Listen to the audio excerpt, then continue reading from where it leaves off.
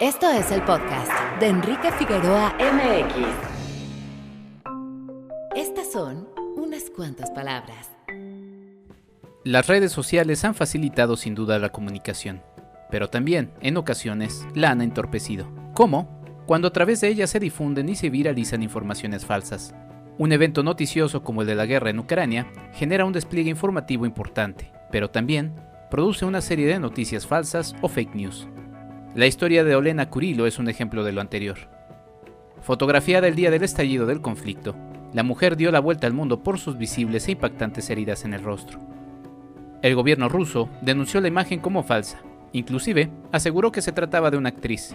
Sin embargo, los fotógrafos que la capturaron en imagen confirmaron su veracidad. La fotografía al final resultó cierta. Sin embargo, se han verificado también imágenes falsas. Un video popular en Facebook muestra la llegada en tren de distintos tanques para sumarse al conflicto. El video es verídico, pero corresponde a maquinaria bélica en territorio canadiense hace aproximadamente 10 años. Como usuarios de las redes, tenemos una responsabilidad moral en no difundir información falsa. Si bien no somos expertos en el tema, es fácil realizar un chequeo previo para no caer en estrategias de desinformación. ¿El video o la fotografía son de baja calidad? ¿Están pixeleados? Si bien hay equipos de distintas calidades, en la actualidad las imágenes se ven mejor que las de hace ya algunos años. ¿Sabías que actualmente en Ucrania se vive el invierno? Si notas entonces una imagen en pleno verano, es probable que esta sea falsa. ¿La imagen te ha causado demasiado impacto? Duda dos veces de esta. Quizá justamente el que te haya provocado esa reacción es la causante de su papel como fake news de alto impacto. La guerra por sí misma es un hecho abominable. Por ello resulta inadmisible que usemos la tragedia para mentir y engañar. La posibilidad está en todos. Verifiquemos y compartamos cuando estemos seguros de una información. www.enriquefigueroa.mx. Bienvenido. Este es nuestro invitado de la semana. Muy buenos días, tardes o noches, mi nombre es Enrique Figueroa Anaya y les doy la más cordial bienvenida a este episodio especial que estamos realizando, pues con motivo de los hechos que están sucediendo, pues yo no diría solamente en la región de Ucrania, sino a nivel mundial, ya hablaremos un poco de ello, y justamente para eso invité a un experto en el tema. Él es el doctor Jesús López Almejo, es profesor de Relaciones Internacionales, investigador con ACIT, SNI1, o es decir, del Sistema Nacional de Investigadores 1, mejor conocido también como #TuProfeDRI. ¿Cómo está, doctor? Me da mucho gusto darle la bienvenida. Enrique, muy contento por la invitación, muchísimas gracias y pues listos para darle al análisis. Al análisis que es vasto y es profundo. Hace unos días me estaba justamente adentrando en la compleja historia de Ucrania, ¿no? Que nos lleva prácticamente desde Gengis Khan, ¿no? O sea, muchísimos años antes y esta disputa que nos lleva finalmente con sus matices y sus variaciones obviamente a lo que estamos viviendo hoy, pero básicamente yo encontraba la diferencia de dos civilizaciones, por así decirlo, presentes en Ucrania, ¿no? Dos formas de ver el mundo, de acercarse a dos pensamientos que justamente pues tienen base en la historia de Ucrania, ¿no? Su relación con el imperio ruso o zarista, la parte también con la antigua Polonia, en fin, toda esta situación compleja. No sé si quiera empezar un poco por ahí, doctor, porque creo que es importante, como siempre, la historia como base de lo que estamos viendo en el presente. Sí, bueno, mencionar primero que nada que Ucrania hace parte de lo que ya definiera el geógrafo político que ha servido como referencia para los análisis de geopolítica, incluso para la formación misma de la geopolítica años después, Mackinder, John Hanford Mackinder, británico, que en 1904 hablaba de este concepto de la tierra corazón del mundo, el Heartland, y decía él que quien dominara el Heartland iba a ser capaz de dominar la isla euroasiática, y quienes tuvieran posibilidades de dominar la isla euroasiática podría dominar el mundo. También le decía el pivote geográfico de la historia. Imagínate lo que estamos hablando. Tierra, corazón, pivote geográfico de la historia. Le llama tierra, corazón porque es el cruce de caminos, es el cruce de culturas por esta zona del Mar Negro Crimea, que también tuvo su papel histórico durante la Segunda Guerra Mundial, Crimea, Turquía, Moldavia, Grecia misma, ¿no? El estrecho del Bósforo, pues son prácticamente el cruce de los caminos de Eurasia, pero también de África, y en el entre el mar Mediterráneo y el mar Negro se encuentra pues prácticamente los orígenes de lo que conocemos también como la cultura occidental, pero al mismo tiempo también de la cultura oriental o de las culturas orientales diversas, porque habrá que, para no caer en términos huntingtonianos que simplifican todo a partir de blanco o negro, el encuentro de caminos de la diversidad cultural. Tú mencionabas algo muy interesante, Enrique, que era Gengis Khan. Recordarle a nuestra audiencia que los mongoles hace 800 y 900 años tuvieron una embestida brutal en contra de todos los pueblos, desde Ilán Bator hasta prácticamente el Mar Negro.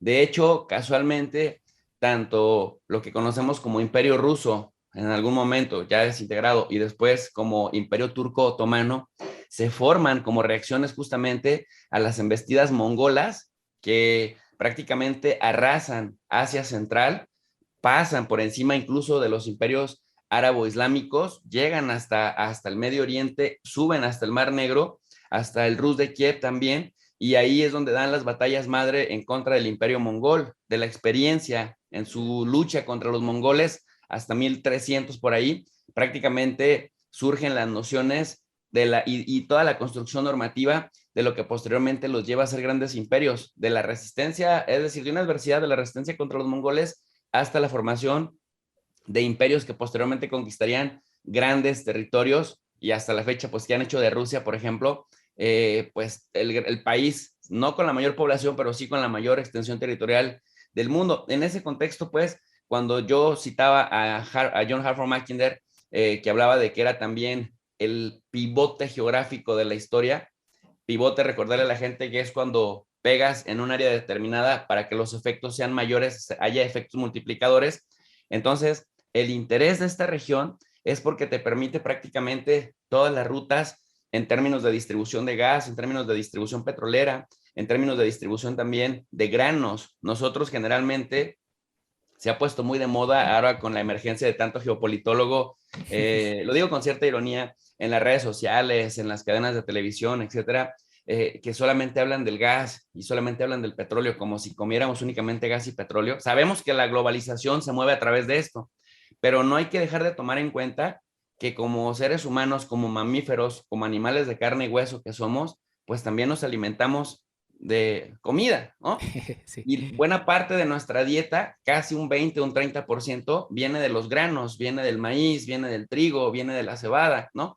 Y en esta región del mundo, tanto Ucrania como la zona rusa fronteriza, y que tiene salida justamente a Crimea y al Mar Negro, son el granero del mundo. Es decir, Rusia produce, Enrique, hasta una quinta parte de todo el trigo del mundo, y Ucrania es el quinto productor más importante del mundo, también en trigo y también en cebada. Entonces, o sea, quien domina esta parte, por eso decía John Hartford Mackinder, y por eso también de invitar a la gente que no esté peleada con la teoría y con la metodología, porque generalmente lo que vemos en la universidad, Enrique, que cuando tú le dices a alguien, bienvenidos a su clase de teoría y de metodología, sienten una reacción así brutal y una desconexión de la sesión, porque dicen, ya me van a meter conceptos aburridos, pero no, decirle a la gente que recurrir a las teorías y recurrir a una sana metodología. Primero, la metodología nos ayuda a comparar peras con peras y manzanas con manzanas, dependiendo de un contexto determinado, y las teorías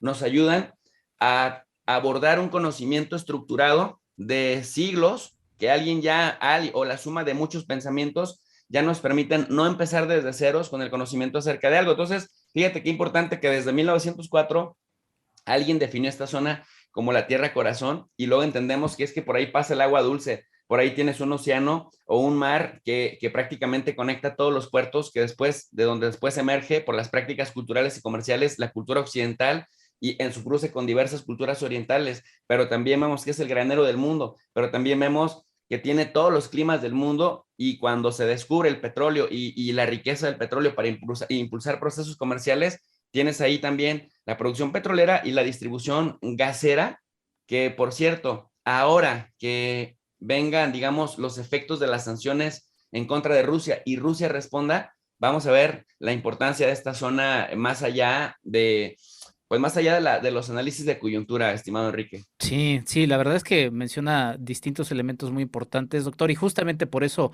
lo invité a usted, porque usted es un experto, usted conoce del tema, ¿no? Hay justamente, como bien menciona, mucha gente que está subiendo, pues todo tipo de información también con distintos intereses. Ya hablaremos un poco de ese elemento, pero sí, justamente yo leí hace unos días que Rusia es el número uno de exportador de trigo y Ucrania el número cinco. Entonces, pues ahí están justamente algunos de los elementos que menciona. Y yo hacía énfasis, doctor, en el asunto de la civilización. Decía Fernand Braudel, cada civilización está sujeta a un ámbito y sus límites, y la civilización es el conjunto de caracteres que presenta la vida colectiva de un grupo o de una época. Y justamente mencionaba a Gengis Khan y los mongoles y demás, porque pues finalmente, a partir también de la invasión de los mongoles, se termina dividiendo un poco este territorio en estas dos civilizaciones, ¿no? Lo que vendría siendo el Vladimir Suzdal, que es lo que da origen a Rusia justamente, y Galitzia-Volhynia, que da origen a Ucrania. Son diferentes geográficamente estas dos zonas porque pues también justamente como decía Braudel, pues también un poco la geografía marca esas diferencias, además de, bueno, obviamente lo religioso que terminaría siendo primordial en estas dos divisiones. Fíjate que ahorita que mencionaste a Fernand Braudel, me recordaste de los momentos más difíciles de mi doctorado, pero también de los más hermosos, porque después de que leí El Mediterráneo y el mundo mediterráneo en la época de Felipe II, estos dos tomos gigantescos, que después ya como profesor de doctorado, en el doctorado de Estudios del Desarrollo Global, también yo mismo generé esas pesadillas en mis estudiantes, pero son dos tomos deliciosos que justamente nos marcan estas diferentes categorías de cómo observar la historia, ¿no? La corta duración, la media duración, la larga duración, y que cuando habla justamente de esta parte, mira, yo no me atrevería a hablar de una sola civilización o de la civilización y tampoco de una igualdad, eh, pensando pues que las naciones son construcciones etimológicas, sociológicas, incluso políticas, y que la construcción incluso de naciones cuesta muchísimo derramamiento de sangre, que o sea, es la historia de la humanidad, en donde en una nación tú vas a meter diversas etnias, en una nación tú vas a meter por el sometimiento y por la creación de estructuras normativas que someten y subordinan a los más débiles o a los que no siendo débiles están en desventajas tecnológicas, están en desventajas incluso en términos de armas y de organización militar. Eh, de alguna manera, o sea, la construcción o la idea de las naciones o de los mismos Estado-nación son superfluas y para mantenerlas pasan por derramamiento de sangre. Mira, te pongo un ejemplo para aterrizarlo directamente lo que estamos viendo. Ucrania misma, antes de 1945, no se concebía como un Estado-nación diferente de la Unión Soviética. Pero no solamente la Unión Soviética, porque si alguien me diera, bueno, profe, es que parte de la Unión Soviética también fueron los países bálticos, pero también fueron las repúblicas independientes de Asia Central, ¿no? Como casi todos los que terminan en tan, Kirguistán, Uzbekistán, Azerbaiyán, etcétera, etcétera. Pero en el caso particular de Ucrania, en donde buena parte de la población ucraniana habla ruso, la población de Ucrania le pasa algo parecido con México y Estados Unidos, que casi todo el mundo tiene un pariente viviendo en Rusia, o buena parte de la comunidad rusa tiene parientes viviendo en Ucrania. Es decir, hay bastantes similitudes culturales, afinidades culturales muy importantes, pero Ucrania no es homogénea ni étnica ni lingüística.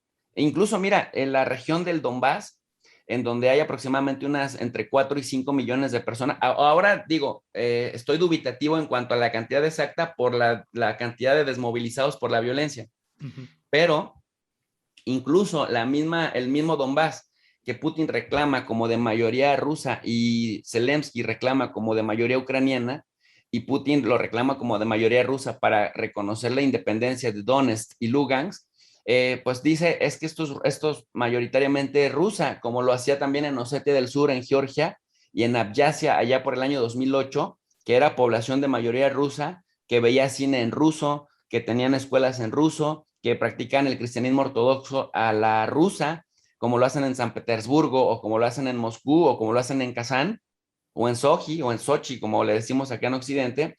Bueno, pues prácticamente, Enrique, ves ahí que la construcción es forzosa, y de un lado terminan quedando etnias, culturas y religiones diferentes, o sea, comunidad con todos estos elementos distintos, pero entonces se crea una frontera artificial, se crean fuerzas armadas para mantener el orden y para que esos diferentes también puedan someterse a la normatividad de la nación militar más fuerte.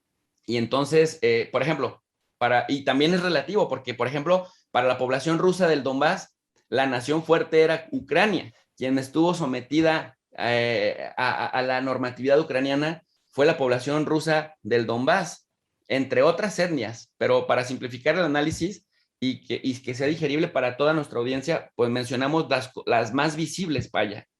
Pero en el caso de Ucrania, si ya lo ponemos en perspectiva comparada, pues Rusia es el elemento fuerte que a partir de una política militar de hechos consumados, quiere consumar la separación de Crimea, porque recordemos que justamente el 7 de marzo del año 2022, y menciono la fecha porque si pues luego este es Sí. editado y ¿no? Que quede pues el margen de cuando estamos platicando, en el inicio de la tercera ronda de negociaciones con Ucrania, en donde se habla de un corredor humanitario para que salgan los civiles de todas las nacionalidades que no tengan nada que ver con el conflicto, y Rusia vuelve a reiterar su posición.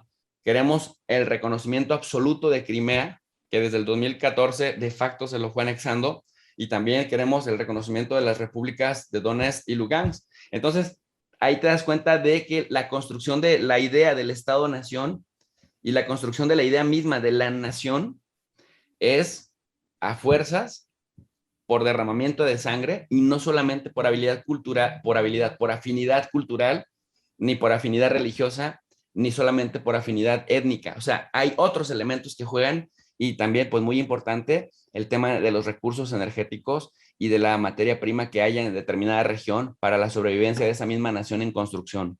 Sí, sí, porque justamente revisando la historia de Ucrania nos vamos encontrando cómo pues, su territorio actual pues siempre estuvo dividido por distintas disputas a lo largo de la historia. Ya mencionaba la propia Polonia, luego también el Imperio zarista, a que también una parte de esa Ucrania pues se acerca justamente por la violencia de los polacos. En fin, es una situación como siempre muy compleja y con distintas aristas. Finalmente, con la Unión de Repúblicas Socialistas Soviéticas, el territorio ucraniano, digamos que finalmente se une de alguna manera así, y a pesar de que pues sí hubo algunas pues estrategias de la Unión de Repúblicas Socialistas Soviéticas por quitarle, por así decirlo, cierta autonomía, respetó muchas de las cosas que a los ucranianos les gustaban, como ya lo había mencionado usted, doctor. Voy a hacer un salto muy grande en la historia porque pues sí estamos tratando de abarcar muchas cosas, pero ¿qué sucede con Ucrania entonces tras la desaparición de la URSS, que pues afecta a toda una zona, y qué es lo que sucede con este país que inclusive pues tampoco reclama tanto, o sea, tenía una afinidad con la URSS, así como lo tenía con el Imperio zarista, pero sin embargo, pues sí, como que abraza la idea de una autonomía, aunque tampoco la había perseguido. Mira, qué interesante pregunta me haces, es porque es muy compleja, no es fácil de responderla, pero quiero agregar un tema, un concepto que creo que a la gente le ayudaría mucho, y de verdad es muy importante en la reflexión, ahora que estamos viendo análisis tan simplistas en las redes sociales y en las diferentes televisoras. El concepto hermenéutica, Enrique, hermenéutica, esta capacidad para desarrollar análisis de acuerdo a las épocas, tomando en cuenta los textos dominantes de la época, tomando en cuenta, es decir, hacer una interpretación no con mis conceptos de ahora, no con mis conocimientos de ahora y no con mi entendimiento del mundo de ahora, sino con una interpretación incluso de los textos y de los contextos, tratando de tomar en cuenta lo que dominaba en una época. Y no se podría explicar el tema Ucrania si no nos remitimos al fin de la Primera Guerra Mundial, y que surge de manera artificial lo que después conocemos como la Unión Soviética, porque recordemos que también poquito antes de que terminara la Primera Guerra Mundial se da la ruptura con el Imperio zarista, desmembran el imperio zarista, ruso zarista, que era cristiano ortodoxo, y que por eso también ahora es bien curioso que digan que Putin es comunista, cuando en realidad Putin está tratando de rescatar el zarismo y las costumbres dominantes de aquella época, pero luego hay quien lo confunde con Stalin por el dominio que tiene de la política rusa, como lo tenía Stalin. Pero bueno, entonces, a ver, entonces para no perderme en el orden cronológico, en aquella época, cuando se termina la Primera Guerra Mundial, ves que escuchamos ahora mucho de moda la construcción de un nuevo orden mundial, ¿no? Pues el verdadero nuevo orden mundial se da justamente a partir de 1920, que por ejemplo colapsan los imperios, el imperio turco otomano, por ejemplo, o el imperio austrohúngaro germánico, o lo que quedaba de eso, y que por cierto también Ucrania se encuentra en el cruce de todos esos imperios desmembrados, del ruso zarista, del imperio austrohúngaro germánico, que también llegaba hasta los territorios ucranianos, y también el imperio turco otomano, con el que compartía mares y con el que se libraron varias batallas también en Ucrania por no dejar avanzar a los otomanos. Entonces, cuando se desmembran, surgen repúblicas, y surge, por ejemplo, la República Turca, ¿no? De Ataturk, el padre de la patria, que tiene su propio rollo con el tema del genocidio armenio, que es otro temote. Viene también la construcción de la Unión Soviética, con los bolcheviques a la cabeza, con un Lenin que está dubitativo, después Stalin lo hace a un lado, y con Stalin se va a manejar. Stalin, para empezar, no tenía estudios universitarios. Stalin era un asaltante de bancos, mucha gente no lo conoce, pero Stalin asaltaba bancos, y a Stalin le cayó de pelos que cuando se empieza a deshacer de sus enemigos al interior de la Unión Soviética que estaba en construcción, pues buena parte de los ideólogos de Lenin, que originalmente eran sus colegas y que lo despreciaban por no tener estudios universitarios, porque además era georgiano, de este país ahora llamado Georgia, que en aquel momento era una región más de la Unión Soviética en construcción, sentían repudio y lo despreciaban, lo veían como el campesino asaltabancos que tuvo el valor de hacer una revuelta desde Georgia para contribuir a la causa de la revolución bolchevique, y después se fue descabezando a los bolcheviques, y se dio cuenta que además de sembrar en un estado de terror, también tenía que ser pragmático, porque no podía matar a todo mundo, que luego también es la impresión que nos dan de Occidente cuando se habla de la época de terror en la Unión Soviética en el tiempo de Stalin, sobre todo entre los años 20 y los años 30, que tiene que ser pragmático y tiene que negociar con diferentes líderes provincianos. Y ahí es donde entra el papel de Ucrania, y entra el papel de Georgia y de las repúblicas o de las ex repúblicas soviéticas socialistas como Kirguistán o Kazajistán, que no podríamos entender, por ejemplo, tampoco, Enrique, que hace muy poco, hace unas 4 o 5 semanas, Rusia le gana la partida a Estados Unidos y Anthony Blinken, mandando 3,000 militares de élite, y aplastan el golpe de Estado que estaba en ciernes al estilo de Ucrania, del Euromaidán del 2014. Y ya habían empezado con una campaña de desprestigio contra el gobierno de Kazajistán, que dicho sea de paso es el 9º país más grande del mundo y que también tiene una cantidad impresionante de recursos petroleros y de gas. Pero bueno, vuelvo al tema de Ucrania. Entonces Stalin se da la oportunidad no solamente de asesinar a los más cercanos en San Petersburgo y en Moscú, sino también con los que estaban más lejos, para evitar disidencias al estilo mismo del propio Stalin, que desde la Georgia se había hecho fuerte en su camino para llegar al Kremlin. Empieza a negociar, y entonces es pragmático en el sentido de que les da cierto margen de maniobra a los gobernantes de las provincias.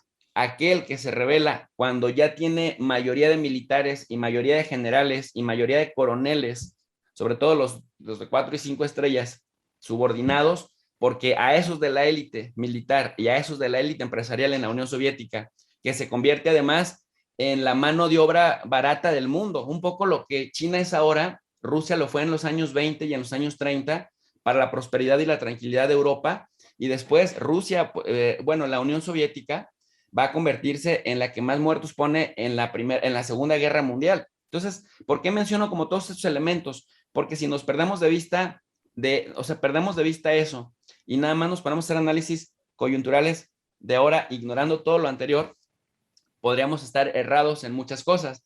Entonces, a Ucrania, en esta construcción, decía yo, superficial de las naciones, y que pasa por un proyecto sangriento, porque los estados finalmente son proyectos sangrientos que se van dando a partir de guerras y la construcción de normatividades, se da cuando no puedes negociar con alguien, se da aplastando a ese alguien.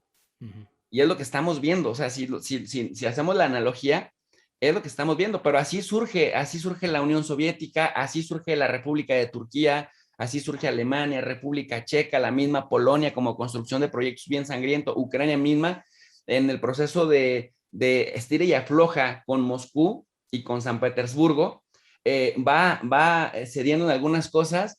¿Y en qué parte cedía? Pues en que sí somos parte de la Unión Soviética, sí somos parte de la Unión Soviética. Cuando viene la Segunda Guerra Mundial, recordemos que hay un personaje muy interesante por sangriento y por traidor que se llama Stephen Bandera, por poco se me va el nombre, Stephen Bandera, que empieza al ver la oportunidad de Enrique en la debilidad de la Unión Soviética, y por eso mencioné que fue el que más muertos puso, por millones, casi 27 millones de muertos puso, y parecía que los nazis iban a ganarle fácil la partida militar a la Unión Soviética de Stalin, que parece que fue el hecho que más cimbró a Stalin y más lo puso neurótico y paranoico.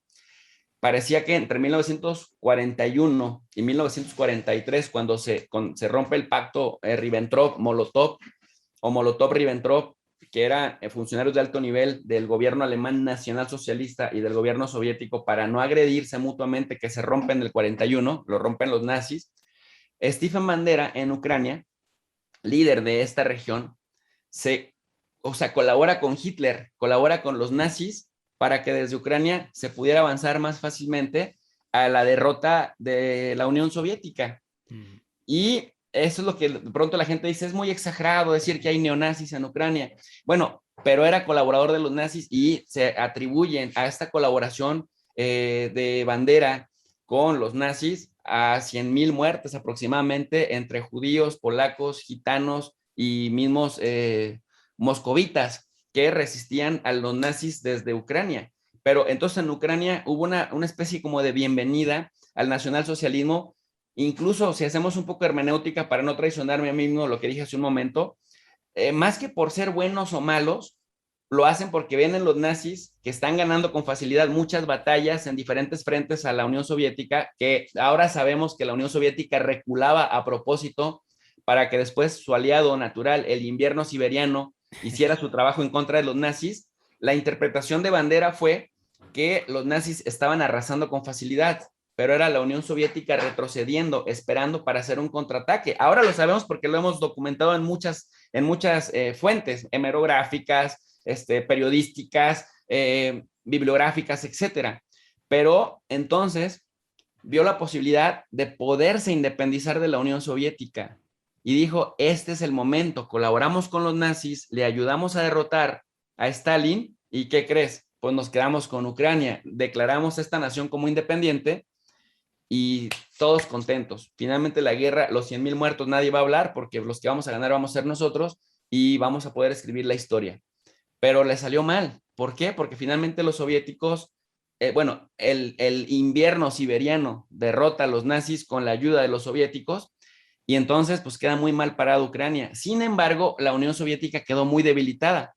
¿Y qué es lo que encontramos ahí? Entra Estados Unidos, que trae una narrativa muy interesante bajo la doctrina Truman de combatir el comunismo. Se acaba su enemigo el nazismo y emerge su otro enemigo el comunismo. Ya no necesitan más a la Rusia para derrotar al nazismo y ahora retoma la bandera de lucha contra el comunismo, ponen como enemigo principal a la Unión Soviética, que está debilitada con una cantidad de problemas financieros inmensos, una cantidad de muertos que es una locura. Y entonces nuevamente Ucrania apela a la separación, que no se la pudo dar Hitler, pero se la dan los que derrotaron a Hitler en el frente occidental, que son los Estados Unidos. Entonces, la Unión Soviética no tiene ni fuerzas, ni dinero, ni recursos, ni siquiera capital político para poder retener a Ucrania y surge esta nación. Entonces, los estira y afloja vienen desde el 46, van de pronto nuevamente vuelve la Unión Soviética a la carga y entonces logra, ya con el concepto de Ucrania, logra en 1991 decir, ¿sabes qué? Nosotros desde el 46, desde el 47 queríamos ser independientes y no nos dejan. Hemos logrado gestionar autonomía porque de plano la Unión Soviética estaba muy debilitada y esa la van a lograr hasta que se desintegra la Unión Soviética y dicen, ahora es cuando. Pero es una región, por así llamarlo, separatista, que no es la única, para no ser injustos con Ucrania, pero para entender pues la inercia de los estira y afloja, que finalmente en ciertas coyunturas determinadas se da por fin la materialización de esto. Entonces, ¿qué es lo que hace Putin? De esa Ucrania que era nuestra, pensando en la historia de un siglo, vamos a recuperar las regiones en donde todavía predomina la mayoría rusa. Por eso pelea con uñas y dientes Crimea y por eso pelea con uñas y dientes el Donbass, ¿no? Es un poco a grandes rasgos, con el riesgo de omitir muchas cosas, la simplificación de esta revisión histórica de este siglo, Enrique. Es que es muy complejo, la verdad es que es muy complejo, no por nada usted está haciendo una serie de reflexiones, charlas, explicaciones en su canal, que ustedes lo pueden encontrar justamente como Tu Profe de RI. Estamos hablando con el doctor Jesús López Almejo, a quien le agradezco esta charla.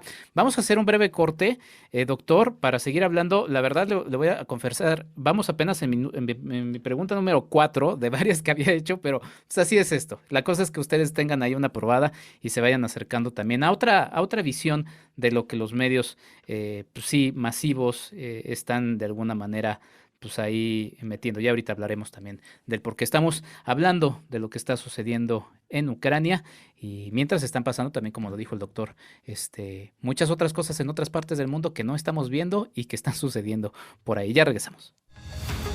Hablemos de diseño y construcción con el arquitecto Jorge Figueroa Márquez. La caída del muro de Berlín a finales del siglo pasado, además de las implicaciones políticas, económicas y sociales, también dejó atrás un estilo en la arquitectura soviética. El modernismo soviético, tal como es llamado actualmente, fue un estilo con diversidades regionales.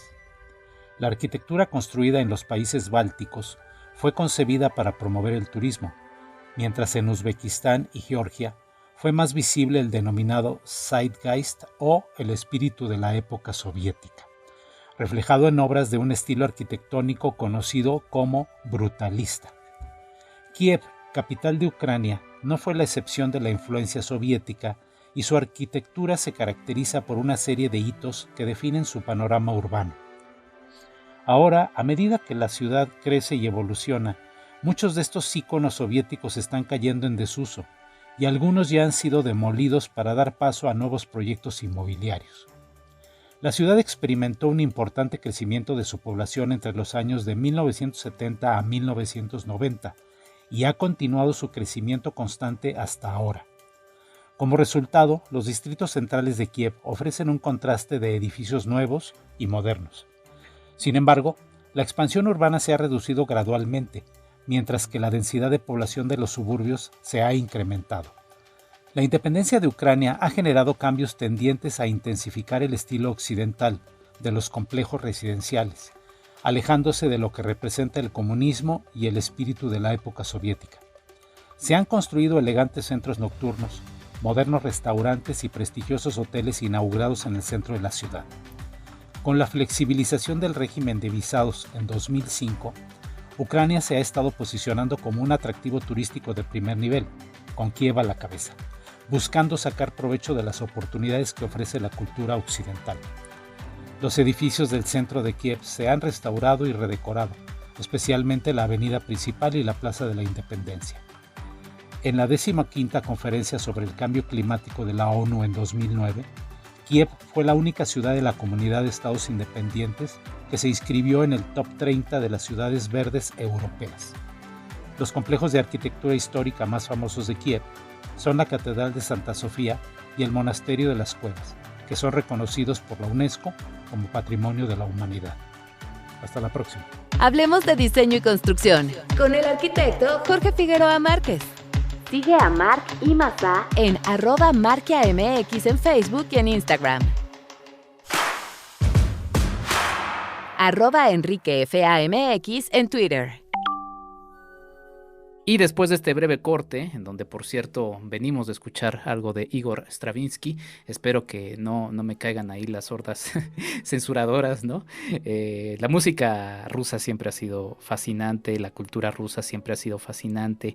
Y bueno, ya hablaremos un poquito también de esta rusofobia que está lanzándose, pero justamente hablando de esta rusofobia, ya mencionamos y se ha estado mencionando muchísimo el nombre de Vladimir Putin, ¿no? Yo hace unos años me encontré con un trabajo muy interesante de Oliver Stone que se llama The Putin Interviews, un ejercicio de 4 episodios largos en los que Oliver Stone se acerca a platicar con Vladimir Putin. Y me pareció muy interesante porque era un acercamiento por parte de los Estados Unidos a conocer de viva voz a un personaje como Putin, ¿no? Oliver Stone fue como muy criticado, fue casi hasta humillado. Había alguien que me caía bien, que era Stephen Colbert, por aquella graciosa intervención con Bush. Pero después hasta me cayó mal por lo burlón que terminó siendo con Oliver Stone, ¿no? Casi diciendo, es que le estás dando la voz a un asesino, ¿no? ¿Quién es Vladimir Putin, doctor? Pues Vladimir Putin, si empezamos del presente y nos vamos hasta el pasado, es el líder que tiene bastante respaldo popular en Rusia, al que desde Occidente se le ve como un dictador, pero desde Rusia, por lo menos el 72% de la gente que respalda su gestión como gobierno, le ha regresado el orgullo nacional a esta Rusia humillada y pisoteada por Estados Unidos en esta última parte de los años 80, en donde estos últimos momentos de la Unión Soviética con Gorbachev, la Unión Soviética terminó cediendo en prácticamente todo lo que Estados Unidos exigía, la misma desintegración que se le atribuye a Bush padre, y luego viene un gobierno débil sin identidad como es el de Boris Yeltsin. Entonces prácticamente Vladimir Putin es este cuate, si lo vemos como en los planos que decía Kenneth Waltz en este libro de los años 50, El hombre, el Estado y la guerra, para dividir niveles de análisis, como en la guerra el estadista estructural, en el Estado su papel que juega como creador de estructuras normativas, y en el hombre la psicología y lo que hace en el plano individual que lo llevan justamente a escalar. Vladimir Putin, de político, de abogado y hasta de exagente de la KGB, termina convirtiéndose en un presidente que, ¿sabes qué lo catapulta y qué lo hace temible ante los ojos de aquellos rusos de élite, desde la academia, que desde las finanzas, que desde el comercio y desde la banca nacional con vínculos hacia la banca internacional lo hacen temible? ¿Tú recuerdas aquel secuestro que hacen algunos grupos separatistas chechenos en el año por ahí 2001, que lo ponen a prueba? Secuestran como a 50 personas en un teatro o en un cine, y que Vladimir Putin no acepta negociar con ellos, y lo que sucede es que se mete al teatro con agentes de élite y mata a todos los secuestradores. Obviamente en el acto también mueren secuestrados, pero dice Putin, no negociamos con secuestradores, no negociamos con asesinos, y el que se atreva a hacer esto, vamos a tener que sacrificar población civil, pero vamos a ir por todos los que violen el orden y la ley. Entonces, cuando se dieron cuenta que los secuestros no iban a servir para chantajearlo, y esta misma lógica la ha implementado a través de la persecución de empresarios corruptos, pues ahora sí como les llama, de agentes desleales que colaboran con servicios de inteligencia británicos, estadounidenses, tanto nacionales como rusos, tanto rusos nacionales como extranjeros que operan desde Rusia, pues prácticamente ha sido muy firme a la hora de ajustar cuentas pues con quienes se han interpuesto en la consolidación de Rusia como una potencia mundial. No puedo llamarla hegemónica porque en términos gramscianos hegemonía significa otra cosa. Es más el concepto de Estados Unidos, que es constructor de un orden internacional, pero sí va camino a convertirse en una superpotencia. ¿Qué le falta a Rusia para ello? Bueno, el que logre una mejoría en los niveles de vida de los rusos, en la calidad de vida de los rusos, pero por ahora eso se ve también lejano, y más ahora con tantas sanciones. Pero Vladimir Putin, pues, le regresa este prestigio y este orgullo nacional, que es muy importante a los rusos, y los rusos sobre todo lo que le vienen aplaudiendo, y por eso lo aprueban tanto, no solamente es el tema de que es muy fuerte y muy violento en contra de y por violento me refiero a que es muy firme, en contra de los diferentes grupos saboteadores, en contra de mafias, ¿no? De narcotraficantes, en contra también de grupos separatistas, de insurgentes. No, no solamente eso, sino también en contra de empresarios, de multimillonarios que al principio lo ven poca cosa y que después o terminaron en la cárcel ellos, o terminaron muertos, o terminaron exiliados en el exterior, de tal suerte que fue limpiando el camino de estos obstáculos Vladimir Putin, y la gente ha aplaudido justamente como en la medida que combate a ciertos empresarios que se hicieron millonarios a costas del Estado, terminan exiliados, pero esto se transforma, digamos, en una mejora de la calidad de vida, que todavía le falta mucho, pero de buenos sectores que fortalecen la clase media rusa. Entonces, esto le ha servido para que cuando ha intentado modificar la constitución, tenga mucho apoyo de la Duma y tenga mucho apoyo no solamente del aparato legislativo, sino también de las mismas cortes federales que han cedido también en la modificación de estructuras que le permitan a Putin consolidar su liderazgo, y sobre todo también del gabinete que lo ha venido respaldando en la reconstrucción de la normatividad rusa, que al mismo tiempo que le permiten invertir en políticas públicas que han fortalecido la clase media, al exterior le han permitido también tener respaldo popular para tomar decisiones que por supuesto le van a repercutir a la población rusa, a esa misma población rusa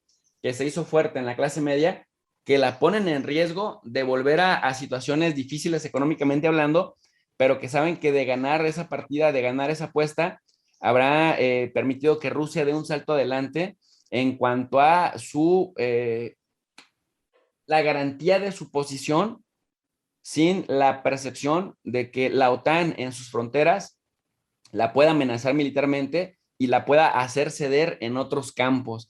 Es que lo que mucha gente no termina de entender es que hablar de una OTAN en las fronteras rusas implica que si lo tienen a vuelo de pájaro, es decir, si lo tienen en posición vulnerable, los ejércitos con armamento nuclear también, con una capacidad increíble económica, también te hacen ceder, Enrique, en el comercio, también te hacen ceder en lo financiero. De hecho, Vladimir Putin también conoce bastante de historia y en algunas ocasiones ha hablado mucho de la expedición punitiva, de cómo Estados Unidos quiso o abrió la economía mexicana, pero también de cómo a punta de bombazos abrió en 1860 y tantos la economía japonesa, de cómo, por ejemplo, los británicos con la guerra del opio dominaron a los chinos y comercialmente, pues se quedaron con algunos territorios chinos, pero comercialmente invadieron el mercado chino de comercio británico,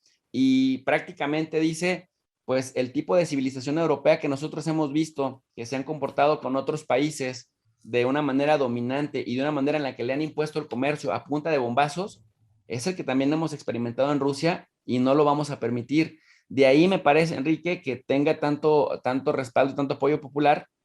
Y cuando tú me preguntas, oye, ¿y quiénes son los que no lo apoyan? Justamente los liderazgos regionales que al sentirse lejos de Moscú, tanto política como geográficamente, dijeron, si conseguimos respaldo de la OTAN, de Estados Unidos, podemos separarnos. Esto fue el caso de Georgia, también es el caso de la misma Ucrania, y bueno, pues son las consecuencias. Pero a grandes rasgos, Putin es un tipo que tiene claro el mediano y largo plazo de hacia dónde quiere, en dónde se ve él como líder de Rusia y en dónde ve a Rusia como líder, por lo menos de esta isla euroasiática, Enrique.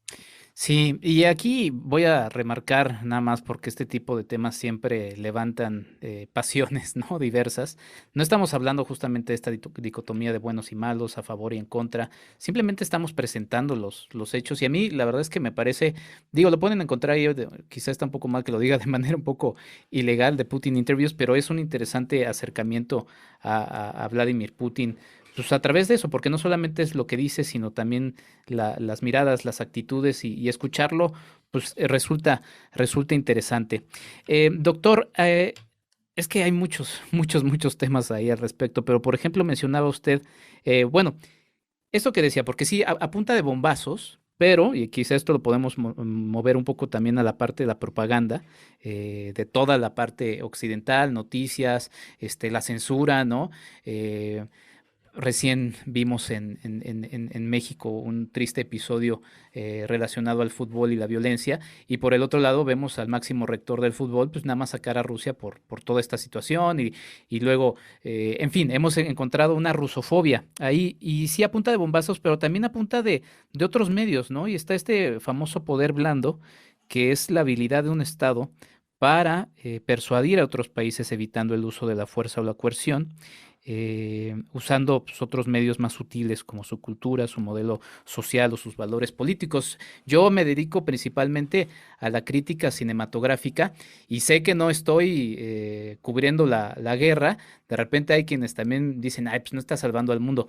Pero pues el cine, los medios audiovisuales han sido herramientas muy poderosas de este poder blando para influir en otros, ¿no? Y quizás pues no son agresivos como un bombazo, obviamente, pero a nivel inclusive hasta de infancias termina impactando de manera muy importante, doctor. Mira, yo te felicito al respecto y también te felicito por tenerlo claro, Enrique, porque no podríamos sensibilizarnos, por ejemplo, ahora que mencionaste México, acerca de la Revolución Mexicana, sin todos los documentalistas que nos enseñaron a las Adelitas, que nos enseñaron a estos hombres bigotones empobrecidos que se armaron de valor y que se pusieron sus carabinas y se montaron a un caballo a pelear, ya sea con Emiliano Zapata o con Pancho Villa, por mencionar algunos personajes, ¿no? Los más reconocidos.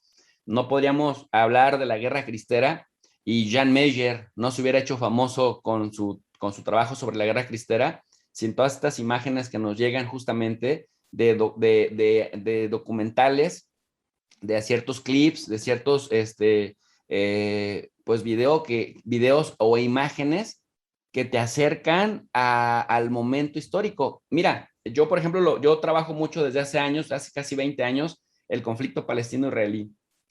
A mí me sorprende muchísimo la capacidad que tienen las organizaciones sionistas en el mundo para dos cosas, para impulsar que se vean todo el material y contenido que a ellos les interesa que se vea, y para bloquear y evitar que se vea el contenido que no les interesa y que incluso les perjudica su narrativa, o que por lo menos es una narrativa en competencia. Si matan, si asesinan, porque esa es la palabra, a miles de palestinos en la Franja de Gaza, que por ejemplo desde el año 2005 que Israel decidió sacar a sus 8,000 colonos que ilegalmente ocupaban la Franja de Gaza y reubicarlos en Cisjordania ocupada, cada 2 años, en 2006, en 2008, en 2010, 2012, 2014, 2016, 2018, empiezan bombardeos masivos en donde prueban incluso sus nuevos equipos militares y matan entre 1,500 y 2,000 personas. Matan ancianos en su mayoría, mujeres en su mayoría y niños en su mayoría, y casualmente guerrilleros del Hamas o de la Yihad Islámica casi no. Y dicen, es que los muy cobardes se meten entre la población civil. Y entonces, como Enrique, como nada más te lo dicen los noticieros, muchos de ellos dominados por organizaciones sionistas, nada más te dicen cifras, 1,400 palestinos asesinados, ahora que ya cesó el fuego durante este mes de bombardeos de Israel. No, pero no te dicen bombardeos, te dicen en esta lucha entre el Hamas y el Estado de Israel, como si fueran lo mismo 12,000, 15,000 guerrilleros mal armados que pelean con artefactos artesanales, a el quinto ejército más poderoso del mundo, que además tiene un apoyo financiero increíble de corporaciones internacionales que, por ejemplo, ahora han saboteado a Rusia y que por ejemplo, también reciben millones y millones de dólares del Estado, de Estados Unidos. Piensas que me estoy desviando del tema, pero quiero fortalecer el argumento para llegar al punto que mencionaste. Y de pronto nos deshumanizamos porque ya estamos acostumbrados a que en 2006, 2008, 2010, 2012, 2014, 2016, porque es cada 2 años, si lo observamos, y ya nos acostumbramos a ver desde lejos imágenes de Gaza con fuego, con humo, pero de lejos. Si ustedes, los que se dedican al cine, no nos mostraran imágenes desgarradoras de madres llorando la muerte de sus hijos, de seres humanos con ilusiones, con sueños rotos, de refugiados que lloran la pérdida de sus hijos, de sus esposas, de sus padres, de edificios vueltos ceniza, la gente no se interesaría y nos acostumbraríamos de una forma deshumanizadora a que nos digan 1,500 muertos, 1,300 muertos, 1,500, 1,600, 2,000 muertos, 5,000 muertos y ya. Diríamos, pues generalmente en las guerras se mueren miles de personas. Cuando vemos una madre implorando al cielo, ¿no? Que le revivan al niño, que le revivan al esposo, ahí la sangre se le hace a uno, no sé, pero se le acalambra a uno todo el cuerpo y empieza uno a ver que esto es una monstruosidad. Al revés sucede, yo estuve en una ciudad que se llama Ashkelon, en Israel, y de pronto cuando llegan estos misiles artesanales de Hamas, que luego son bastante fácil de neutralizar para el Estado de Israel, he estado pues ahí, ¿no? En la región documentando para mi libro que publiqué en 2018, y entonces ves CNN, ves en la BBC, ves en NBC News, ves en un montón de cadenas, bueno, en Univision, en Televisa, en un montón de que parece que están hasta sincronizadas, Fox News, etcétera, que te dicen, 2 misiles de Hamas fueron arrojados a 2 kilómetros de la población fulanita de Israel y los niños sufren, tienen efectos psicológicos porque esos misiles pues los asustan y saben que en cualquier momento les pueden caer más cerca de su casa. Y entonces empieza un proceso de sensibilización de la población pro-Israel y de los grupos que apoyan a Israel. Y entonces la gente dice, no, pobrecitos niños, mira con qué terror van a la escuela, van asustados, entran en crisis psicológica, porque ahí sí hacen el close-up, ahí sí se acercan a ver a los niños llorando, se acercan a ver a las madres preocupadas, entrevistan a profesores, pero cuando te dan la noticia de los 1,500 o de los 1,800 muertos en la Franja de Gaza, solo lo hacen sin tantas imágenes y solo lo hacen con cifras, de tal suerte que se vuelve deshumanizante para un lado y muy sensibilizador para el otro. Entonces, en el tema de Ucrania, mientras hablamos de que ya subió el petróleo Brent a $141 por barril y que el petróleo, el West Texas Intermediate, que es el índice con el que nos manejamos acá en Occidente, que ya está en $134 y que parece que todo apunta a que se van a disparar los precios y que también ya estamos hablando de que el gas cuesta 60% más de lo que costaba hace 15 días, pues nos olvidamos de la tragedia humana que están viviendo tanto los civiles del Donbass, atacados por las fuerzas neonazis del batallón Azov, como de los refugiados, que ya se cuentan por millones, que se están yendo desplazados por la violencia, que se está viviendo por los combates entre el ejército de Rusia y el ejército de Ucrania, que no hay que perderlos de vista. Entonces, sin el trabajo que ustedes hacen, no nos sensibilizaríamos con respecto a la monstruosidad de la guerra. Por eso también es importante de pronto pues que la gente esté consciente de que hay muchos farsantes como Alberto Peláez, este reportero histórico de Televisa, o este chico youtuber Alex Tienda, que van y que hacen show y pantomimia para tener unos likes y tener reproducción y se autodenominan como documentalistas y que tú dices, o sea, tú ves el sesgo desde las primeras 3 palabras que dicen y para mí eso pues ya le quita valor porque lejos de sensibilizar intentan fortalecer la maquinaria de propaganda que te hace sensible ante un bando, pero te deshumaniza ante el otro, ¿no? El libro que mencionaba el doctor Jesús López Almejo es El conflicto palestino-israelí. Ustedes lo pueden conseguir a un muy buen precio en línea para que ahí puedan también entrarle a este elemento. Y doctor, ya se me viene un poquito el tiempo encima, pero no quiero dejar de preguntar y a partir un poquito de estas construcciones también narrativas de estos medios, sobre todo los audiovisuales. ¿Quién es Volodymyr Zelensky, ¿no? Este hombre que de alguna manera... Pues a mí me remite, hace unos días estaba el PRI que todavía pues disque anda deambulando por ahí subiendo una encuesta o puntos disque graciosos de su pasado y decían, pues adivinen quién es el que ha sido el presidente más guapo de México, ¿no? Y uno así de, ¿en serio? ¿En serio eso es lo que están poniendo? Pero bueno, y luego por el otro lado pues uno recuerda a Trump, que está ahí latente, ¿no? Y que también ha sido una construcción justamente surgida de estos medios. Y vemos noticias de Zelensky como un héroe, ¿no? En las redes sociales. Por ahí una nota que hasta era un tanto ridícula de que, Zelensky le había dado la voz a Paddington, el osito, en su versión ucraniana. Estamos también frente a este tipo de, lo digo, o sea, de repente parece que la crítica cinematográfica no es importante, pero pero señalar este tipo de close-ups, como usted dice, que lo vemos mucho en los noticieros, ¿no? La cara, la música dramática, ¿no? Las historias de dolor, mientras están dando clics y ganándose dinero por mostrar esto, la pornomiseria. ¿Quién es Volodymyr Zelensky? Bueno, para empezar, es el sexto presidente de Ucrania, de esa Ucrania que por fin logró ser reconocida como un estado independiente de Rusia en 1991. Es el sexto presidente al que se le nota como que emerge, no se le nota, se le ha acusado de emerger de este grupo golpista muy cercano a Poroshenko, a Poroshenko que le da golpe de estado a Víctor Yanukovych en el año 2014, justamente. Volodymyr Zelensky, como bien lo dices, no es un político consumado, aunque es abogado, porque luego muchos dicen, es que es un abogado y conoce el derecho y conoce tal, pero no ha ejercido la abogacía.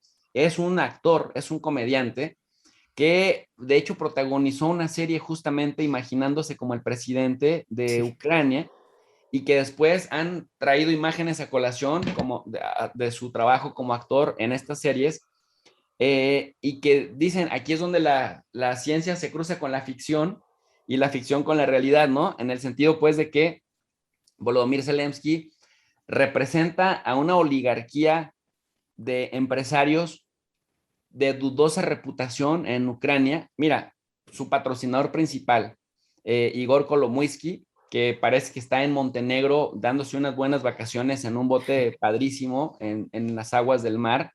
Se habla que es el tercer hombre más rico de Ucrania, un hombre que tiene negocios con Israel, que tiene negocios con Estados Unidos y que opera desde Chipre para el tema de los impuestos, que se mueve a través de los offshore, de paraísos fiscales, y que prácticamente también es patrocinador de otro grupo que se llama el Grupo del Batallón Azov, que es un grupo neonazi que ataca civiles en el Donbass, por ejemplo, y que decían cómo Volodymyr Zelensky, el sexto presidente de Ucrania, jovencito nació en 1978. Y digo jovencito, pues, porque aunque no necesariamente es tan jovencito, es joven en la política, tiene que 43 años de edad, para el peso que está cargando sobre sus espaldas, el peso mediático, el peso político, y sobre todo esta propaganda que lo han centrado, como tú bien dices, como un héroe nacional. Me parece que sin tener tanta madurez política ni tantas tablas, en algún momento corre el riesgo de ser abandonado a su suerte por los grupos empresariales, oligárquicos, gaseros, petroleros, que no solamente son ucranianos, sino que son personajes con multinacionalidades. Por ejemplo, su patrocinador, el multimillonario Igor Kolomoisky, es chipriota, es israelí y es ucraniano. O sea, ellos como sea, pueden apelar a la protección de sus otras naciones, pero Volodymyr Zelensky me parece que de pronto ha tenido que echar mano de su papel como actor, como comediante. Yo le llamo el Eugenio Derbez ucraniano, para justamente sortear las adversidades que se le están viniendo. Que mira que Enrique por más que esté respaldado por la OTAN, por más que esté respaldado por el dinero de Estados Unidos y por la diplomacia estadounidense, enfrentarte a Rusia es cosa seria. Y más enfrentarte a Putin, que es un estratega, que es un militar, que es un exagente de inteligencia y que como presidente no le ha temblado la mano. Y por eso yo insistía mucho, si te fijas cuando te lo describí, no le ha temblado la mano en deshacerse de los obstáculos para Rusia. Entonces, que te tenga Vladimir, que al final los dos son Vladimir, ¿no? Nada más uno en ucraniano y el otro en ruso, que te tenga a Volodymyr Zelensky en la mira y que además se refiera a este grupo como un grupo de borrachos y de drogadictos y de neonazis, no es cosa menor. Entonces, me parece que Volodymyr Zelensky sí tiene una peculiaridad que lo hace popular, y es facilidad de palabra, y por esta facilidad de palabra de pronto no sabemos cuándo está actuando el personaje de la serie de Netflix y cuándo está actuando el ser humano que tiene un cargo, el mayor cargo de representación de su país, que necesita darle esperanza a los civiles. Pero mira, el 7 de marzo del año 2022, que empezaron la tercera ronda de negociaciones con Rusia, oficialmente Ucrania se negó a los acuerdos del establecimiento de un corredor humanitario porque dicen, no es justo que Rusia esté proponiendo salidas para Rusia y para Bielorrusia. Entonces, Ucrania formalmente se opone a esos corredores y ha estado de alguna manera saboteando que los civiles puedan salir. Pero ¿sabes qué? Sobre todo los civiles de color negro o los civiles morenitos, los que no son blancos de ojos azules, por ejemplo, nigerianos, gente de Sri Lanka, gente de la India, gente que llegó a trabajar a Ucrania, a los campos, y que de pronto pues le están dando primero prioridad a los ucranianos, pero en esta tercera ronda de negociaciones se negaron a que estos civiles se desplazaran a Bielorrusia o a Rusia, porque dicen, nosotros queríamos que se desplazaran hacia Europa, porque Europa en este momento, bueno, desde hace una semana, Ursula von der Leyen, la presidenta de la Comisión Europea, acaba de lograr un consenso entre muchos países europeos, entre los 27 países de la Unión, aunque hay unos chiquitos, la chiquillada, como yo le digo, de los países bálticos, Estonia, Letonia, Lituania, la misma Polonia, que no es tan chiquito, que es grande, pero que todavía no es un jugador de primer orden en la Unión Europea,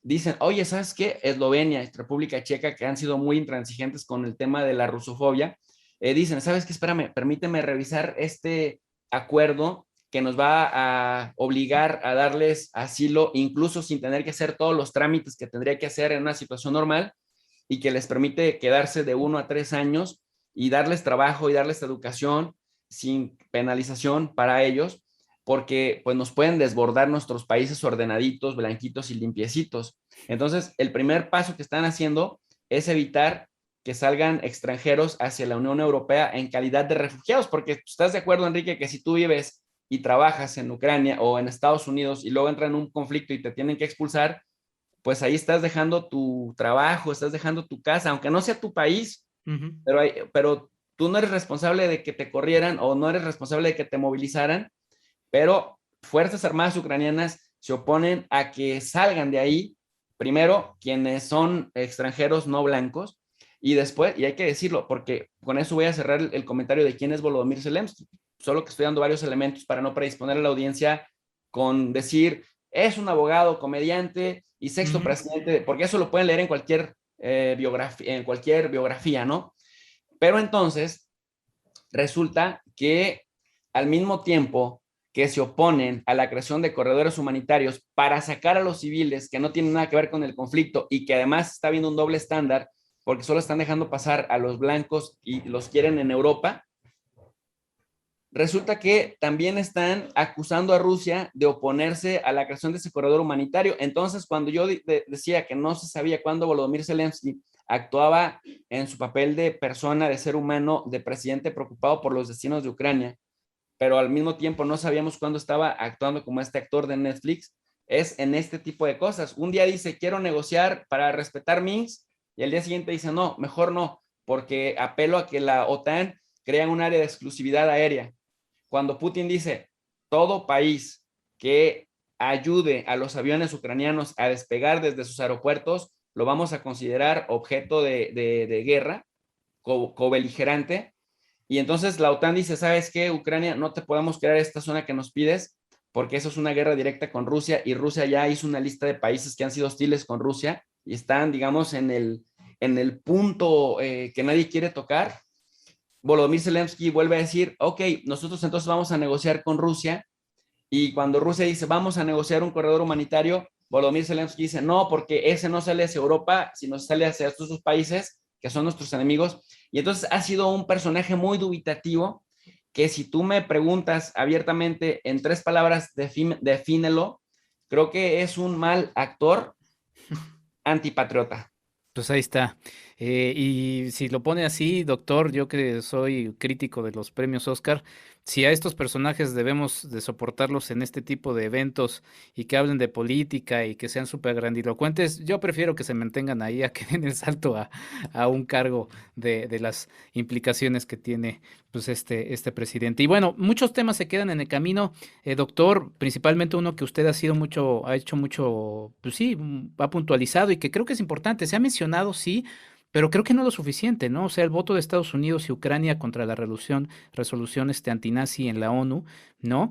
Que además, digo, o sea, no da gracia, pero si se le ve así, o sea, ellos abogan porque pues, es para proteger la libertad de expresión de los ciudadanos estadounidenses, mientras por el otro lado están censure todo lo que huela a Rusia, ¿no? Entonces, pues bueno, ahí está la hipocresía, la doble moral, cosas de un país que siempre habla de libertades y que, bueno, cuando tiene la primera oportunidad para prohibir cosas, pues ahí está, ¿no? Y todos los que están sujetos a eso también por un miedo, ¿no? Un miedo es que si le decimos que no a Estados Unidos, pues bueno, en fin, muchos temas. Doctor, yo le agradezco mucho por estos minutos, por esta hora prácticamente de charla que tuvimos. ¿Y dónde podemos seguir todo lo que usted está haciendo? Nada más también para puntualizar, justamente como bien hizo con nuestra audiencia, porque ya también es suya. 7 de marzo es el día que estamos en la mañana grabando este episodio. La guerra se está moviendo constantemente. Nosotros publicaremos este episodio el 14 de marzo. Entonces, pues bueno, nada más para puntualizar eso, y por eso quería como ir sobre algunas cosas generales. Pero ¿dónde lo podemos seguir para irle justamente siguiendo, valga la redundancia, el pulso a este evento y a muchos? Muchas gracias, estimado Enrique. Muy interesante la charla contigo. Mira, yo invito a la gente que vaya al canal de Tu Profe de RI, que significa Relaciones Internacionales. Soy profesor de Relaciones Internacionales desde hace 17 años. He colaborado con diferentes universidades y bueno, justamente por eso también soy investigador del Sistema Nacional de Investigadores. Y pues nosotros nos caracterizamos por ser críticos a todo, pero también a veces cuando no parecemos críticos, nosotros tenemos la obligación de ir a las fuentes primarias, y lo que estamos tratando de hacer en el canal de Tu Profe de RI es recrear sesiones de relaciones internacionales como lo hacemos en la universidad. En la descripción de cada video ponemos un link con una lectura en PDF de un artículo o de un libro en PDF, los que nos permitan tener ahí gratuitos, para que la gente no se quede nada más con mi opinión, no se quede nada más con el sesgo de lo que yo diga, sino que también pueda contrastar con una lectura que generalmente son lecturas de artículos que provienen de revistas indizadas o de libros de editoriales serias. Es decir, no subo links, no sé, no voy a mencionar tipo de editoriales depredadoras o tipo Yahoo News o tipo Terra, ¿no? Que puedes encontrar al hacer un clic en algún buscador. No, me doy a la tarea de revisar capítulos de libro, artículos de revistas científicas y también libros completos que están disponibles en la red, y lo único que hago es ponerles el link a las personas para acompañar cada sesión, como lo hacemos en la universidad. Y bueno, pues ahí parece que el concepto va gustando. También, si hay gente que es más, que le gusta interactuar, también estoy en la cuenta de Twitter como @JJLopez_Almejo, @JJLopez_Almejo, en donde también estamos pues polemizando de vez en cuando, contrastando la narrativa dominante, Enrique, para una sana elevación del nivel de análisis en las redes sociales. Exactamente, y ahí es donde justamente, como bien marca doctor, la diversidad de voces es la que ayuda. Si algunos dicen, Enrique, es que ¿por qué te estás sesgando hacia un lado? La verdad es que no, escuchen muy bien el episodio, pero otra vez, de todas maneras, los mando a otro episodio donde con otra visión del mundo, hablé, por ejemplo, del aniversario 20 del 11 de septiembre hace unos meses, el año pasado, con René Palacios, en donde, bueno, ahí encontraron otro tipo de visión también muy bien fundamentada y demás. Pero bueno, doctor Jesús López Almejo, le agradezco mucho su tiempo, mucho éxito con toda su labor. La verdad es que está padrísima. Ahí también, por cierto, la gente, para que le sepa, así como también le decimos aquí, todos estos son medios independientes. Entonces, si ustedes tienen ahí posibilidad de sumarse con algo, pues siempre es bienvenida. Pues muchas gracias, doctor, y mucho éxito en todo lo que emprenda. Aquí tiene un espacio más para sumar una voz, y pues muy agradecido con esta charla. Muchas gracias, Enrique. Mucho éxito también a tu proyecto, muy interesante, y pues estamos a la orden. Que sea la suma de voces independientes un verdadero contrapeso digital a las mentiras, abiertamente lo digo, que se difunden en los medios tradicionales. Muchas gracias y un abrazo. Muchas gracias, doctor. Pues nosotros nos vamos escuchando a otro ruso, Sergei Rachmaninov, música que nos alegra el alma y que nos enseña que no todo lo ruso es malo, de verdad que no. Ya regresamos, vamos con una serie de recomendaciones. Nuestra recomendación para el fin de semana. Los amantes del anime en México son afortunados. Su difusión en distintos medios ha crecido en los últimos años. La presencia de películas del género en pantallas grandes se ha convertido en una constante muy disfrutable. Desde el pasado 10 de marzo, en salas de Cinépolis, ha aterrizado una nueva película de animación japonesa. Se trata de Sword Art Online Progressive, Aria de una noche sin estrellas. ¿Te imaginas tener la oportunidad de estrenar un videojuego que promete una experiencia inmersiva jamás experimentada? Pero ¿te imaginas que, al probarlo, quede secuestrado en ese mundo en línea? La película nos cuenta la travesía de Asuna, una joven estudiante que vive día a día la presión de tener que demostrarle a su familia su valor como estudiante y futura profesional. Sin embargo, Asuna es también una adolescente. Curiosa, con ganas de experimentar una amistad con una chica a la que admira, Asuna se deja llevar por una serie de circunstancias que la llevarán precisamente al mundo de SAO, al mundo de Sword Art Online. Si bien la película maneja una premisa de ciencia ficción, la cinta bien podríamos clasificarla dentro del género de cine para jóvenes o de un muy hecho y derecho coming of age. Con secuencias asombrosas de acción y una serie de personajes y retos que dejarán atrapado inclusive hasta el más curioso, Sword Art Online Progressive, área de una noche sin estrellas, es una propuesta de interés que servirá para entretener a propios y extraños. Créanme, yo llegué al universo de esta serie en ceros, y sí, debo de confesar que me la pasé bien y con ganas de más. Sí, con ganas de más porque para seguir viendo lo que sucede con esta historia, será imprescindible dejarse envolver por el enorme universo de la también conocida serie de SAO.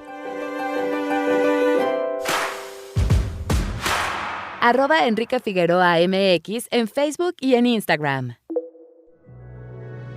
¿Quieres ayudarnos a hacer más contenido? Tu apoyo es fundamental. Entra a www.patreon.com/Enrique Figueroa MX y elige entre las muchas recompensas que tenemos para ti. Desde un agradecimiento en este podcast hasta tu participación en un cineclub en línea donde tú puedes elegir el tema. Además de 50% de descuento en nuestros cursos, talleres y tours. ¡Únete! Sé parte de esta comunidad. Y así termina este episodio muy interesante dedicado a la otra visión de lo que está sucediendo en territorio ucraniano. La verdad es que es un episodio que, me decidí a realizar hace algunos días. Le pudimos dar luz justamente con nuestro invitado, como ya escucharon, y que espero que haya servido para ustedes para tener una perspectiva diferente de lo que está sucediendo en otra parte del mundo y también para salirnos de la narrativa dominante que, en muchos casos invade a través de los distintos medios que ya tienen también sus propios intereses. Sin más, yo me despido agradeciéndole como siempre a mis Patreon. Muchas gracias Claudia Villegas, muchas gracias Ligia Plácido y muchas gracias a ustedes. Ya saben, si les gusta este podcast, compártanlo. Si les gusta muchísimo, sean parte del Patreon, patreon.com/Enrique Figueroa MX. Por cierto, estoy preparando un curso especial en donde si ustedes son Patreon durante un determinado tiempo podrán acceder sin mayor costo.